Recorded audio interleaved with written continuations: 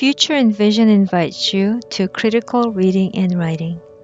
This is a literature-based class where students will respond to literature that they read, and they will analyze the basic elements of the pieces that they read. And then after organizing their thoughts in a logical manner and including citations properly, and then following the conventions of grammar and punctuation, they will produce 4 beautiful literary analysis papers.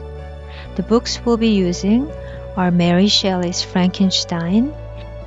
It's a perfect marriage between science and creative imagination. This will really pique our students' interest. Second book we'll be using is Amy Tan's Joy Luck Club, the story about multiple families living in San Francisco in Chinese American communities. And this is a story about generations that have immigrated and the generations that were born to the immigrant generations. Sometimes they don't get along, but underneath all of it, there's always love. It's a beautiful story. The next one, of course, Shakespeare's Romeo and Juliet.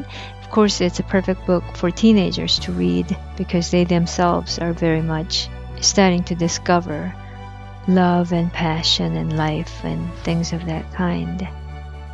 The next book we're going to read is George Orwell's 1984, a dystopian novel about an oppressive regime and struggle for individual freedom.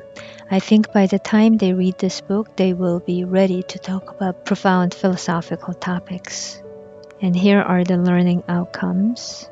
Basically, we read and discern patterns, and then create effective essays, and organize, support with evidence, and follow the conventions.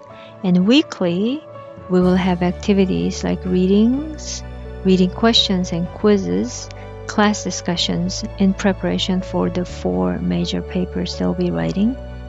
And this is me. My name is Eunha Jung. I have a PhD. I'm a professor, writer, translator.